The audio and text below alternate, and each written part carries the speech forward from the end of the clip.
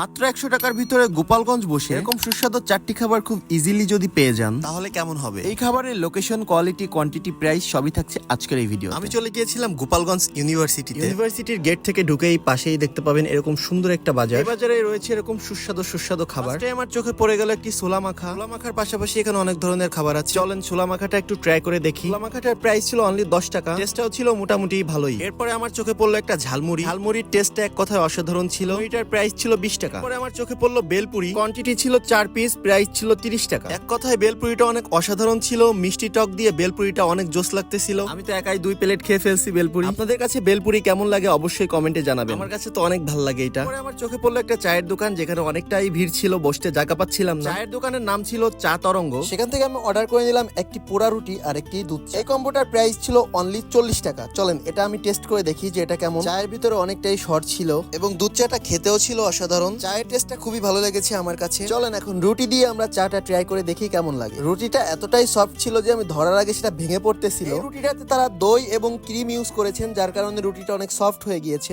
Honestly বলবো এই রুটিটার স্বাদ আসলে আমি অন্য কোথাও পাইনি। এত স্বাদের একটা রুটি। এখন আমি এই রুটিটা একটু চা দিয়ে ভিজিয়ে খাবো। আসলে অনেক অসাধারণ একটা রুটি। আসলে এই রুটিটা আমার কাছে অনেক জোস লেগেছে।